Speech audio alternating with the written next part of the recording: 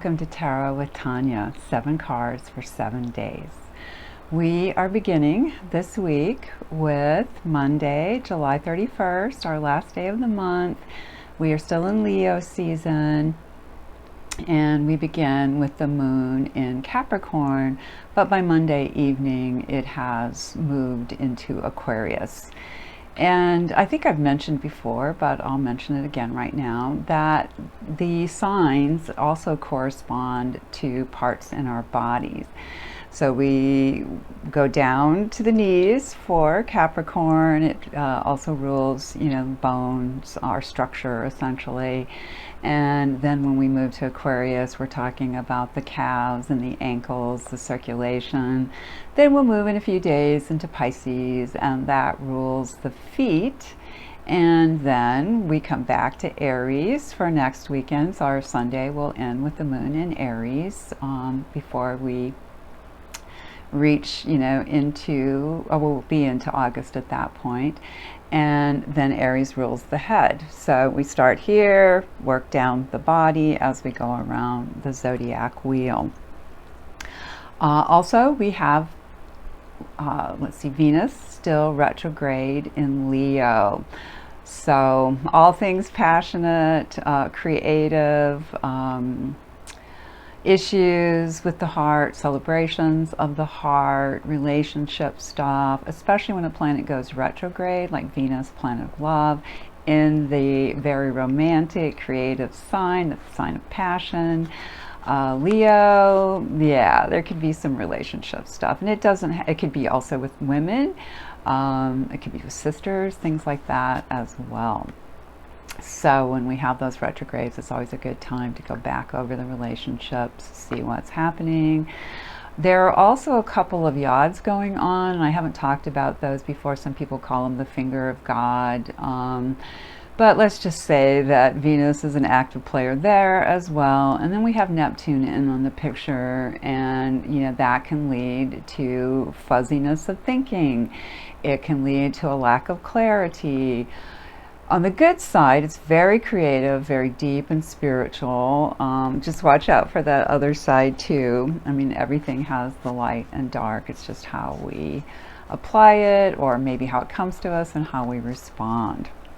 So I'm using the Golden Tarot for today for our 7 cards, and we begin with the 8 of Swords, and it's always a prickly looking one.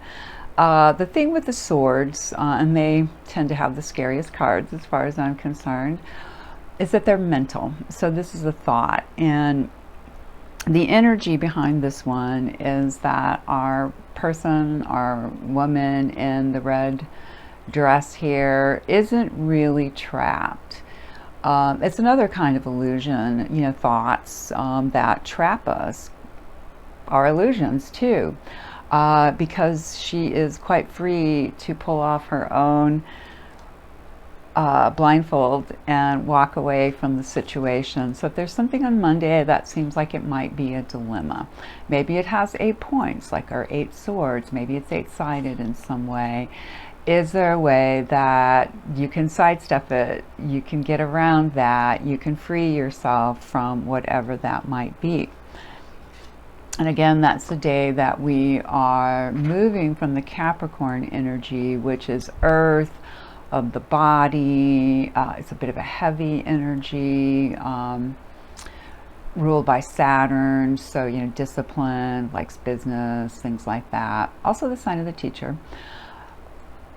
To Aquarius, which is out there, very creative, very inventive, likes the far out. So maybe it's that energy that's coming in from the Capricorn into the Aquarius on Monday. So when you get into that mental energy, see if you can kind of dissect something to give yourself more space. On Tuesday, we totally switch gears and go to the cups, and we also have a royal card or a court card with the Knight of Cups. He's Mr. Romance. Can be a love bomber, the dark side, a gaslighter, things like that. Overly romantic, coming in too soon, too strong, things like that. On the other hand, can be absolutely delicious, lovely, kind, sweet, psychic male energy as well. Since it is a knight, it's a male energy, not a man, but a male energy. And then because of the cups, that softens it up. So it's known as the lover too, and I sort of say the zodiac, not the zodiac, but in the tarot. So that's our Tuesday. So someone could come bearing gifts. You could get, a date or something like that, or just, see yourself with some kind of loving eyes also. When we turn to Wednesday, we're back in that swords territory, so the mental. This one is called Defeat in the Aleister Crowley deck, the Thoth deck. It's hard to put a good spin on this one. The best thing about it, again, is that it is mental because it's swords, so these are thought forms. And, how do we feel defeated? Are we really defeated? Whose definition of defeat are we actually using also? Is it one that we really believe in, or one that has been supplied to us? And can we question that and maybe see things in a different way? Just here, the person has one sword pointed down, two resting on the shoulders, also holding on to the dog here. The other person looks sort of ready to run away. So, there may be a way too, on the positive side, it occurs to me now, that you might be able to defeat something. Could be a bad habit or a situation. So that could be the positive on that. Fives are all connected to the Hierophant, meaning they're all connected to challenges, for humanity. Again, a switch of gears on Thursday. This time we're moving into the earth energy, the discs, the coins. The 8 is a master, or known, for representing someone who has mastery of some kind of skill, some kind of craft. You can see the person with the workbench, busily working on something, has the tools out. It signifies someone who has done very well with something. Maybe a great garden, maybe make a beautiful meal, something that is practical and creative. Maybe it's your beautiful life. But good news on that day and energy to celebrate. And I had forgotten to mention, in terms of a theme this week, there are a number of pairs. So we have the 8 of Swords, which later in the week, we get the 8 of Discs, a much easier energy to work with, a much more grounded and happier energy. And the pairings, I always think of the divine masculine and feminine, and again, it does not have to represent, man and woman, male and female. Biologically, it's much more about those energies within each of us. And of course, they can apply to outward people in our lives too, but primarily we're talking about the energies within. So we have also 2 majors. So we have 2 swords, 2 majors, and 2 8s this week. So there's that theme of pairing. When we get to the end of the week, we start our weekend by Friday. We have our second major, and that is the Hermit, number 9 in the majors. In some ways, it speaks for itself. Do you have an introvert day? Do you need some time alone? Do you need to ponder something? There's an inner wisdom quality to this one. In some feminist decks, you'll see this as the crone. That's when you hold in the wise blood. You have, reached a certain level of maturity. And, we see that in our figure here as well. And the gentleness with the animals, the hand on the deer, the other animals patiently standing nearby. And the lantern in his hand is frequently a symbol on this card as well for that inner illumination. You can choose to share that with others, but you go in deep to get it to begin with. And it's a Virgo card too. So could be a good day to be home and work on things that are important to yourself, especially things that require detail. Presence of mind, and you mix that with the day before, Thursday and Friday, 8 of coins to the Hermit, and maybe some really lovely project you've been wanting to work on starts to come more together for you. By the time we reach our Saturday, we've moved into the Wands territory. So we've had the Swords, the Cups, the Discs, and now the Wands. So we've covered all the elements. This is the element of fire and of instinct. When we do things that we just know we need to do, we don't think about it, we don't process it, we just have to do it. There could be a great deal of thinking behind it, but when that moment comes, we're ready to take that leap. And this card is often known as victory.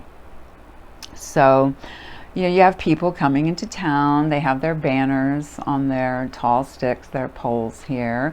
Even the horses look, fairly spirited and proud.